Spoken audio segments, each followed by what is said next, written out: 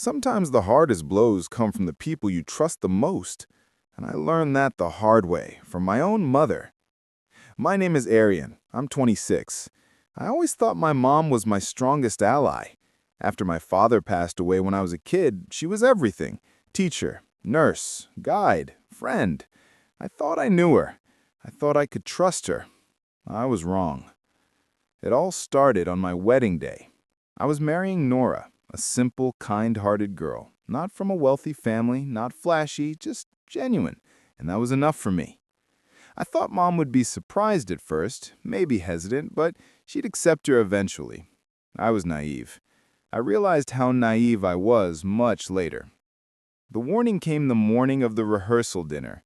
Nora walked into the house, cheerful and nervous, carrying a small bouquet of flowers. Mom was there, standing by the kitchen counter, a smile on her face. But it wasn't warm, not really. It was measured, like a mask hiding something sharp underneath. Then my phone buzzed, a text, from Mom. "You're not welcome at the wedding. Please don't make this harder." I stared at it, blinked, reread it. My heart stopped. The ironing board I was leaning on suddenly felt like it was made of stone. Steam from the iron curled around my fingers like it was trying to wake me up from a nightmare. I thought it was a mistake. Maybe she meant someone else. Maybe, but no, the text was mine. My name was on the screen. My hands were trembling so badly I could barely hold my phone. I called her immediately. Straight to voicemail. Again, nothing. Then another text. "It's Nora's day. We've decided. You staying away is best." I sank into the couch, the words pressing down on me like an invisible weight. My mom, the woman who had folded my shirts, packed my lunches, stayed up nights worrying when I had fevers. She didn't want me at my own wedding. Not because of a mistake, not because of a fight, but because it was convenient for her. I tried to text her back. Why? Then deleted it. I thought I was helping. Sent. Nothing. I remembered all the months I had worked behind the scenes, booking the florist, confirming the venue, paying deposits, co-signing contracts. I hadn't done any of it for credit. I did it because I loved them. And now love didn't seem to count when it wasn't convenient. I folded the shirt I was ironing, placed it neatly on the chair, and walked to the kitchen. My coffee had gone cold. The ticking of the wall clock was deafening. Every tick felt like a hammer hitting my chest. Every second marked the moment my mother told me I didn't belong in the most important day of my life. I thought about the sacrifices I had made for years. Canceled vacations, extra shifts, bus rides while my car sat idle, always putting others first. My college tuition, my med school prep, every exam night she stayed awake with me. I remembered it all. And yet here I was, invisible, unwanted. I called my sister, Hazel. If anyone can understand, it was her. She picked up quietly. "I know you're hurt, but maybe let them have their day. Emily's stressed.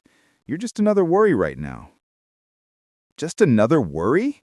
I whispered, my voice cracked. "Everything I've done, all I've given, it doesn't matter?" She was silent. "It's their day," she repeated. I hung up before I could say something I'd regret. Later that day, I got a call from my father. Well, stepfather figure in some ways, Michael. I hadn't spoken to him in nearly a year. He sounded casual. "Hey, Arian, just reaching out. We're pooling together for the wedding gift. Your share is $3,000. Can you send it soon?" I froze. "Michael, I'm not invited to the wedding." He laughed. "This isn't about that. It's for family, for the kids. Don't be difficult." Family. That word stung. They only used it when they wanted something. I hung up. No goodbye, no explanation. That night I sat alone with the wedding binder. The contracts, receipts, signed agreements. My name was on almost every line. I realized then I had all the power. Not Daniel, not Nora, me. I called Claire, my friend and lawyer. She flipped through the pages, her eyes narrowing as she read the clauses. "Final payment due 7 days before event, or agreement void," she said, tapping the paper. "You can cancel, legally. Refunds come to you. I exhaled slowly. That's not revenge? No, she said firmly. It's protection. You didn't ask to be erased, but you don't have to fund it. Her words sank in. I felt steady for the first time in weeks. Quiet strength. I opened my laptop and began drafting emails to the venue, the florist, the caterer. Calm, professional, legally sound. I attached all relevant contract clauses, highlighted payment deadlines, scheduled everything to send exactly 7 days before the wedding. Not as punishment, not as threat, just removal. The morning the emails went out, I sipped coffee on the balcony, feeling the warmth of the sun on my skin. The emails sent without fanfare, no dramatic music, no thunderclap, just quiet, steady justice. By noon, the calls started. Venue confirmed cancellation politely, florist offered to reschedule, caterer left a voicemail. I ignored them all. I didn't know anyone's explanation. I opened a new browser tab, one word typed. Maui. Booking confirmed. Departure the same day as the rehearsal dinner. Packing felt freeing. A sundress, sandals, 2 books I had never made time for. My suitcase closed with a click. In the back of the closet, my wedding outfit still hung, soft lavender, simple, carefully chosen. I left it there. 2 days later, I was barefoot on a beach, ocean stretching endlessly before me. My phone buzzed beside me on the towel. Wedding day, 93 missed calls. Voicemails, Nora crying, Daniel shouting, my ex-husband panicking. Chaos. I didn't rush to answer. I sipped my coffee, watching the waves. For once in my life, I didn't try to fix what wasn't mine to fix. I let it fall. Some lessons you don't learn in classrooms. Some you don't even see coming. Until the storm hits, and you realize it was never about you to begin with. I woke up to the sound of waves brushing the shore, sunlight spilling across the hotel room floor. The scent of salt in the air felt cleaner than anything I had breathed back home in months. I poured myself a cup of coffee, watching the horizon, letting the warmth seep into my chest. For the first time in weeks, I felt untethered, free almost. But freedom has a funny way of calling your past back. My phone buzzed. Again. I ignored it. The display showed the same string of names, same frantic notifications. I could hear Nora's voice in my head, panicked, maybe sobbing. Daniel's angry shouting, my mom's cold, clipped explanations. All of it hitting me like waves in a storm I didn't ask to be in. I let it go. For now. Hours later, I received an email from the venue, a polite, professional message confirming my cancellation, then the florist, then the caterer. Each one repeated the same pattern, polite inquiry, asking if I still wanted to proceed, offering solutions. And for the first time, I realized just how much they depended on me, how much I had carried silently, behind the scenes, never asking for recognition, never asking for thanks. Every contract I signed, every deposit I paid, every schedule I confirmed, it had been me, not them. Me. I smiled, quietly, not triumphantly, just awake. I spent the afternoon walking along the beach, sand between my toes, the sun low and golden. Families were building sandcastles. Kids laughing as their towers fell, parents picking them up and letting them rebuild. I remembered all the years I had been that mother, constantly rebuilding, constantly protecting, always sacrificing. But not this time. I let the thoughts sit in my chest like a warm stone. I had built this wedding, yes, but I was not obligated to hold it together while everyone else refused to see me. Then my phone rang. It was Daniel. "Mom, please, you have to help us. Nora's crying. The florist never arrived. The caterer, nothing. We can't do this. It's falling apart. I felt a strange mix of emotions, part relief, part fury, part sorrow.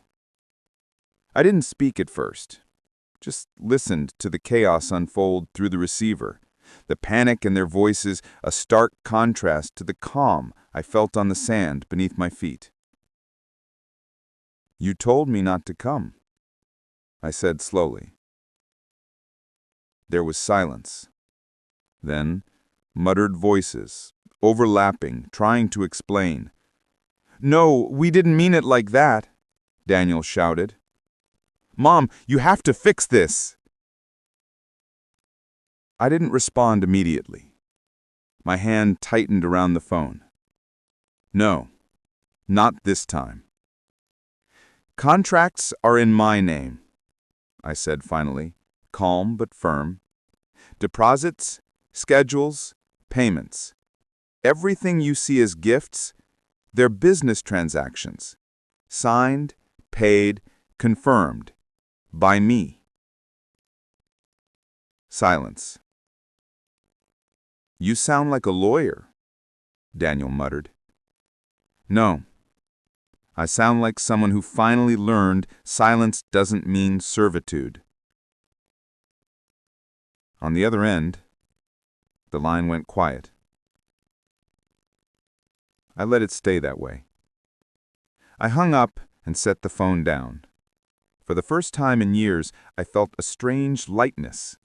Not because anyone apologized, not because anything was fixed, but because I had stopped trying to prop up a structure that was never meant to hold me. That night, I returned to my hotel room and opened the window. The breeze carried the smell of the ocean in, curling around me, reminding me that the world moved forward with or without our approval. I poured myself a glass of wine, sat in the warm glow of the lamplight, and just breathed. For the first time, I didn't feel invisible. I wasn't erased. I was present. Fully. Entirely. Unapologetically. Over the next few days, messages continued to pour in. My mom, frantic, trying to negotiate, apologize, explain. Daniel and Nora, desperate to salvage the day. But I didn't reply. Not once. Instead, I focused on myself. I walked through local markets, tasted the fresh fruits, sipped coffee in tiny cafes, and watched the sunset from cliffs overlooking the ocean. Each step reminded me that I was allowed to choose myself, that my time, my labor, my love weren't commodities to be manipulated or discarded.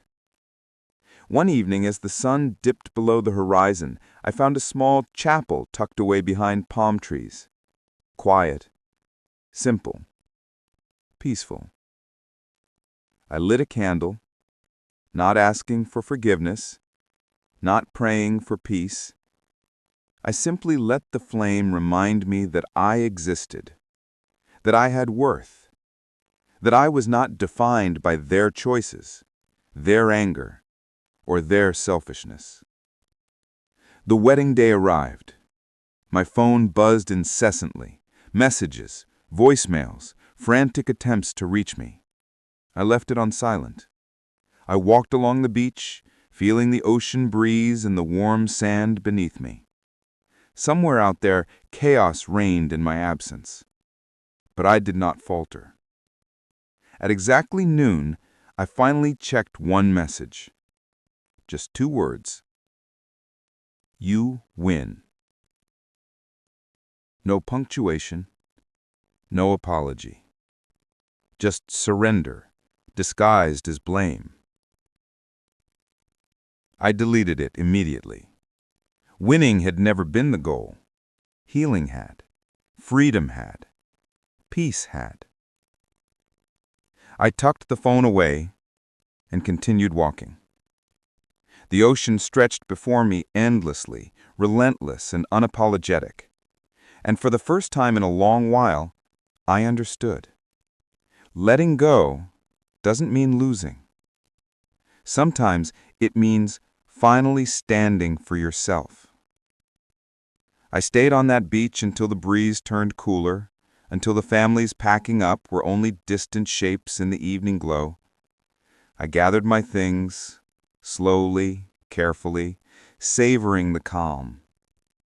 My phone buzzed one last time. I didn't answer. Not because I didn't care, but because I had already chosen. I left the hotel, the beach, and the chaos behind me. Not running, not hiding, but walking forward into a life that belonged entirely to me.